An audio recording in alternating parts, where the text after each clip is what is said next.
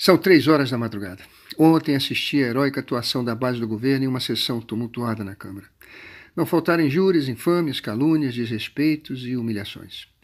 Por que tantos equívocos e tantas manipulações? Todos sabem que tenho horror de caça às bruxas e nenhum prazer em acusações. Mas me cabe uma análise da conjuntura, um exame isento de fatos. O Rio vive sua pior crise. Ela é muito mais que um reflexo conjuntural. Tudo aponta que tenha sido engendrada pessoalmente pela administração anterior em cada detalhe. Em primeiro lugar, escolhe como seu candidato alguém envolvido em grave crise familiar, sem chance eleitoral, com derrota garantida em todas as pesquisas. Isso trazia a certeza de que ficaria livre do caos que planejava e considerava inevitável. A partir daí, toma as seguintes medidas para liquidar o sucessor, fosse ele quem fosse. Sabedor da queda absurda da receita que já ocorria no último ano de seu governo e da enorme dívida vencendo em 2017, municipaliza ao custo de 300 milhões ao ano os hospitais Rocha Faria e Albert Schweitzer com absoluta falta de previsão orçamentária e financeira. Os empréstimos bilionários contraídos em seu governo têm de maneira maquiavélica seus ressarcimentos calculados para explodirem em 2017, 18 e 19 nos valores de 1,2, 1,5 e 1,9 bilhão. Respectivamente, numa escala fatal de amortização. Era a fórmula do caos. Era um novo Nero tocando harpa em meio a uma cidade em chamas. Nos últimos dias de governo, contrata 298 equipes de saúde da família ao custo de 1 milhão cada, sem previsão orçamentária e financeira para o próximo exercício, mais uma vez com o claro objetivo de inviabilizar o governo do seu sucessor. Também, nos últimos dias de governo, assina com a concessionária do Porto Maravilha e a Caixa Econômica Federal o contrato que obriga o município a pagar 12,5 milhões por mês, ou seja, 149 milhões no ano de 2017 e 69 milhões de janeiro a junho de 2018, para socorrer a Caixa, que de maneira unilateral e imperial decidiu que o fundo do Porto Maravilha estava líquido, em um negócio que houve enorme nível de corrupção na liberação das parcelas e possivelmente na execução, já que o secretário e subsecretário foram presos. Mais uma vez, no apagar das luzes, sem previsão orçamentária e financeira para o exercício seguinte, se aumenta o rombo em mais de 200 milhões para a próxima administração.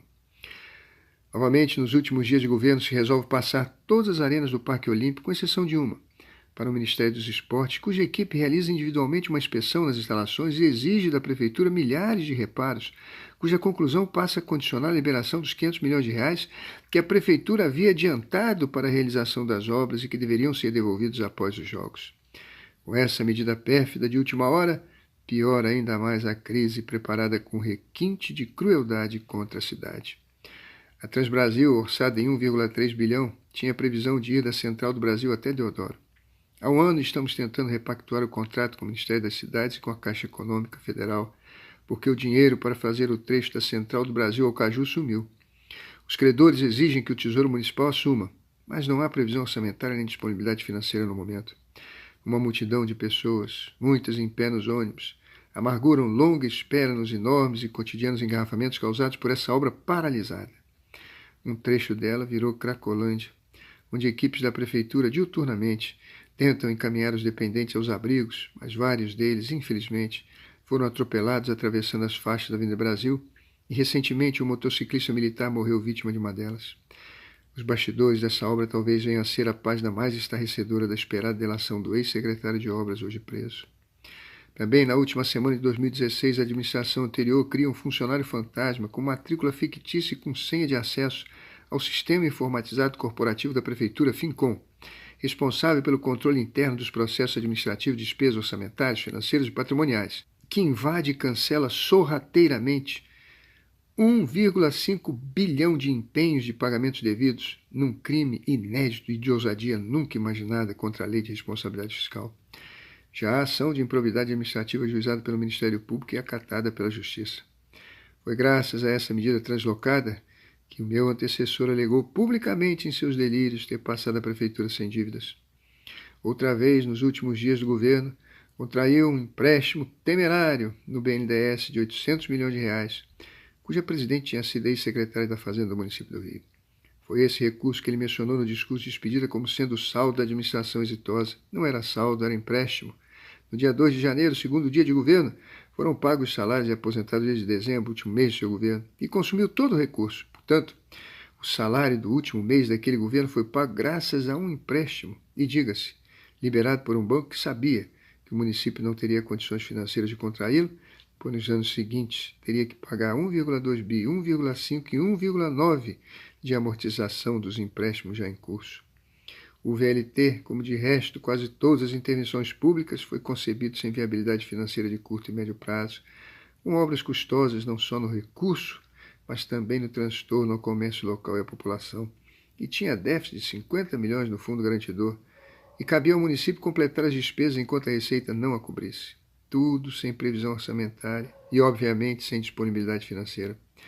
As tantas escolas do amanhã, concluídas a toque de caixa, com dezenas delas funcionando à base de gerador e abastecidas com carro-pipa, tiveram seus funcionários transferidos de escolas próximas da rede, relegando as escolas do hoje a um estado de penúria, denunciada a exaustão pelo TCM, simplesmente ignorado por uma administração mais interessada em criar uma marca própria de escola do que cuidar das que se deterioravam a olhos vistos, sendo que em uma delas, a queda de um portão no início de 2017, matou uma criança que supostamente deveria, naquele dia, frequentar a aula e voltar para os braços de seus pais e carinho de seus irmãos. As obras do BRT em grande parcela deterioradas, a pavimentação da Transoeste a partir do túnel José Alencar, extremamente destruída em longos trechos até Santa Cruz, várias estações depredadas. A ciclovia é outra obra de prioridade discutível em uma cidade onde todos os rios e lagoas estão poluídos e uma imensa parcela da população vive em áreas carentes sem urbanização, para não citar as degradações da rede pública de educação e saúde, sofreu 2 desabamentos e se encontra interditada pela Justiça. Mas talvez o mais lamentável, falando-se em prioridades, tenha sido o fato de que do total da obra de 7 bi do Porto Maravilha, haviam 400 milhões reservados para a urbanização do Morro da Providência, primeira favela do Brasil, Morro do Pinto e seu entorno, que foram desviados para a construção do Museu do Amanhã, cuja complexidade arquitetônica da obra e sua localização exigem um custo de manutenção tão alto que não se obtém com a venda de ingressos, impondo de maneira perpétua ao Tesouro Municipal mais uma sangria de 15 a 20 milhões por ano. A administração anterior havia assumido o governo em 2009 com um déficit atuarial no Fundo de Previdência Municipal em 4 bi. Passou para a atual administração com um déficit de 26 bi, ou seja, mais de 600% de aumento. As medidas constitucionais adotadas em outros municípios aqui foram irresponsavelmente adiadas para adensarem ainda mais as nuvens negras da anunciada tempestade. A cidade do Rio perdeu nos últimos 3 anos 500 mil empregos de carteira assinada. Somada à crise econômica do Estado e à violência em diversas regiões calcinadas pelo ódio, a luta foi árdua para ultrapassar 2017. Impôs o corte de quase 20 secretarias. A Casa Militar, que na administração anterior contava com 354 homens, tem hoje pouco mais de 50. Mais de 1.000 cargos políticos foram eliminados. Acabou o Diário Oficial impresso. Diversos órgãos que ocupavam prédios alugados foram trazidos para os prédios públicos ou extintos. Houve corte de 20% nas despesas de custeio. Por decreto, foi estabelecido um teto para o salário dos servidores, se eliminando os supersalários. Os deslocamentos do prefeito para Brasília, que eram realizados com aluguel de jatos executivos, foram eliminados. Com a venda da folha de pagamento, o programa Concilia, a planta de valores do IPTU há mais de 20 anos intocável para o benefício dos mais ricos, com beneplácito obsequioso e cortejo sucessivo dos prefeitos, foi atualizada. E, acima de tudo, com a graça de Deus, conseguimos ultrapassar 2017 sem atrasar salários da administração direta, sem fechar hospitais ou diminuir serviços. Pelo contrário, fizemos mais consultas, cirurgias e exames, lutando a cada dia para manter e ampliar todos os serviços públicos essenciais, numa demonstração exemplar de espírito público e amor ao Rio, de uma constelação de servidores que se redobraram num esforço ingente. Foi esse mesmo espírito público, essa mesma responsabilidade cívica, essa mesma coragem, sacrifício e sagrado compromisso com o interesse do povo, que levou a base do governo na Câmara a enfrentar uma sessão dura, áspera e dolorosa. Os imperativos da crise impunham àqueles homens e mulheres cônscios de sua responsabilidade com o erário e com a população enfrentar sem hesitação, sem cair nas tentações da demagogia que seduz e conduz os mais fracos, sem o medo que mobiliza ou faz ausentar, para provar o que não se podia mais adiar.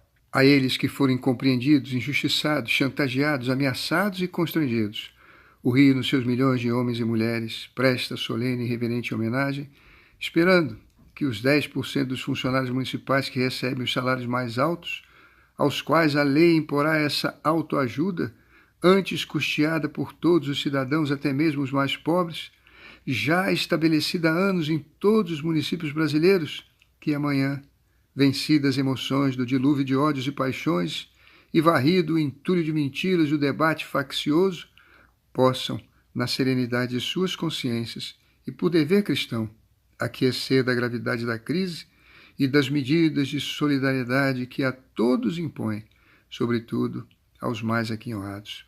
Que fique consignado em todas as consciências as imprudências praticadas, as corrupções tramadas, que não são apenas os infamatórios sobrepreço e superfaturamento, mas também a inversão de prioridades.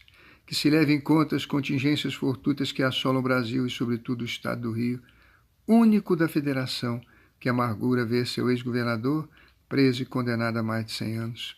Essa crise só será debelada quando a verdade vencer a demagogia, a solidariedade vencer o egoísmo e a justiça prevalecer. Ontem, isso ocorreu na Câmara dos Vereadores.